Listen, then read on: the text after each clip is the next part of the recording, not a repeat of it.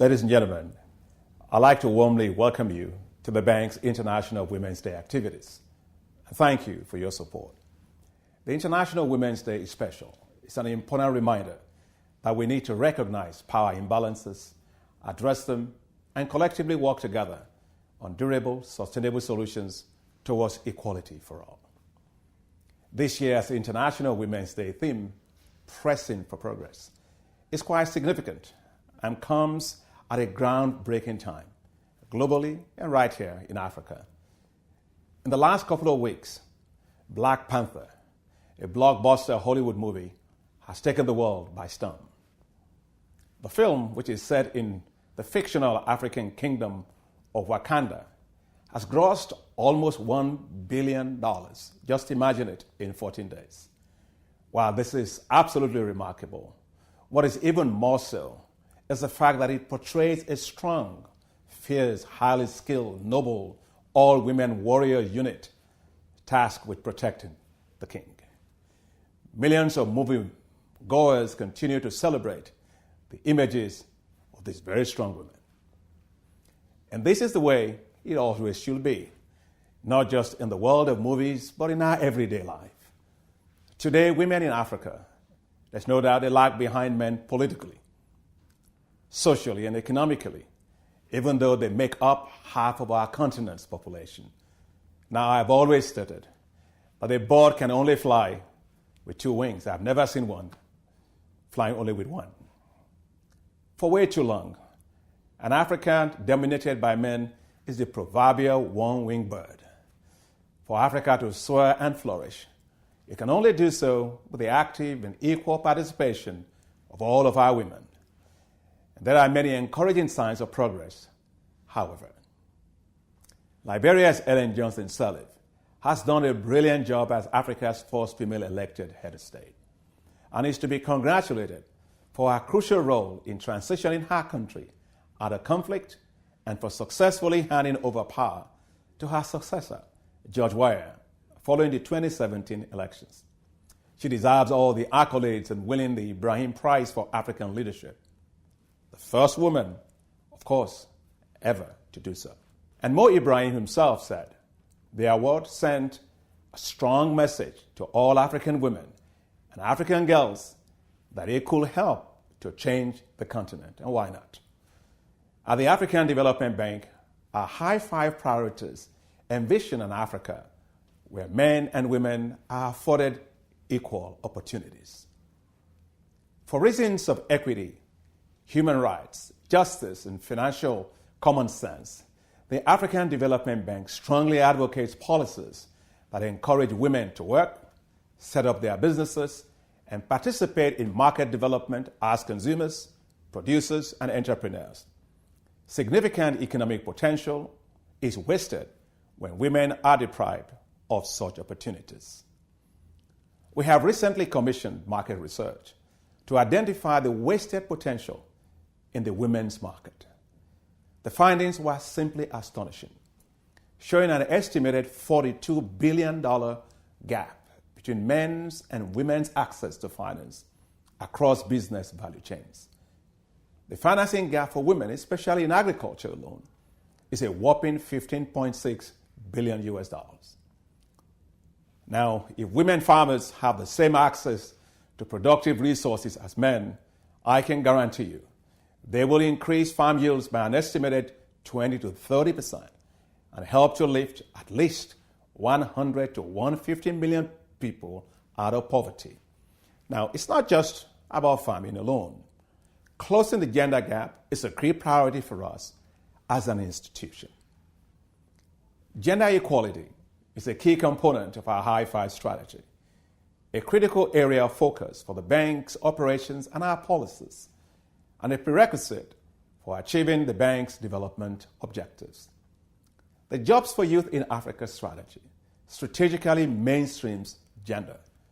The New Deal for Energy initiative provides opportunities for women entrepreneurs via inclusion in off-grid and clean cooking solutions. And our Feed Africa strategy empowers women in the agriculture sector, acknowledging their role in establishing a strong foundation for Africa's agricultural transformation. Now, internally, within the bank ourselves, we are also doing what we call pressing for progress. One of our key human resource priorities is the increase of women staff at all levels in the bank, especially at management and professional levels. We are tracking this agenda as one of our corporate key performance indicators.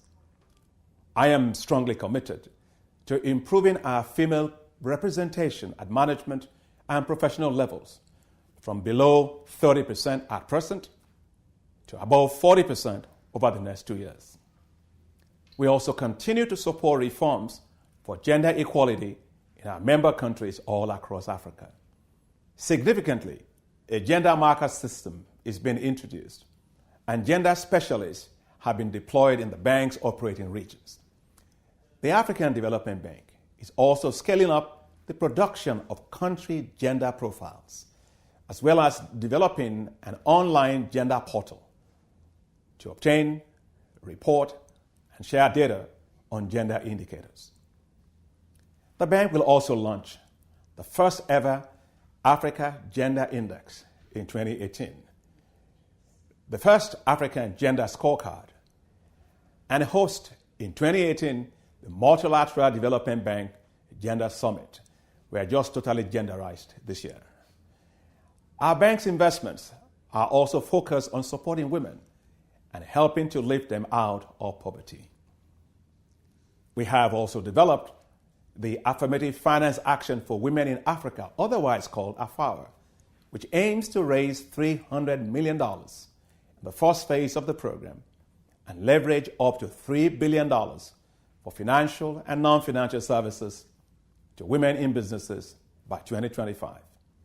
Now, in this regard, the African Development Bank will also publish what we call an AFAWA bank rating system based on the quality of lending to women and to incentivize good lending practices.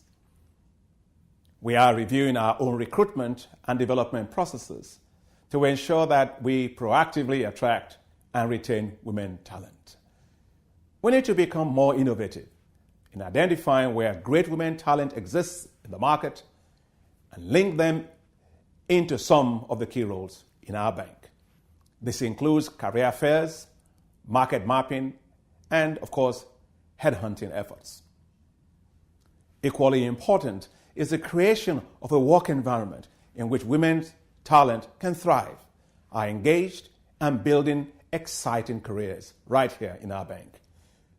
The Department of Human Resources is working with the senior management team to review the staff rules, regulations, and our human resource policies to reflect the good practices acquired to support women development, including mentorship, training, and, crucially important, work-life balance. There is a long way to go and still much to do, and change must be a collaborative process that cuts across every sphere of society. Each of these strategic measures will help to create parity with men and lift millions of women out of poverty into wealth. Ultimately, when women are supported, I can bet you they deliver. When women win, Africa wins. And that is something to work for and to celebrate, not just once a year, but every single day. So, please join me in this International Women's Day in committing to press for progress at the African Development Bank, for our staff, for our families, and for the millions across the continent who are impacted by our work. Thank you very much, and have a very well genderized year.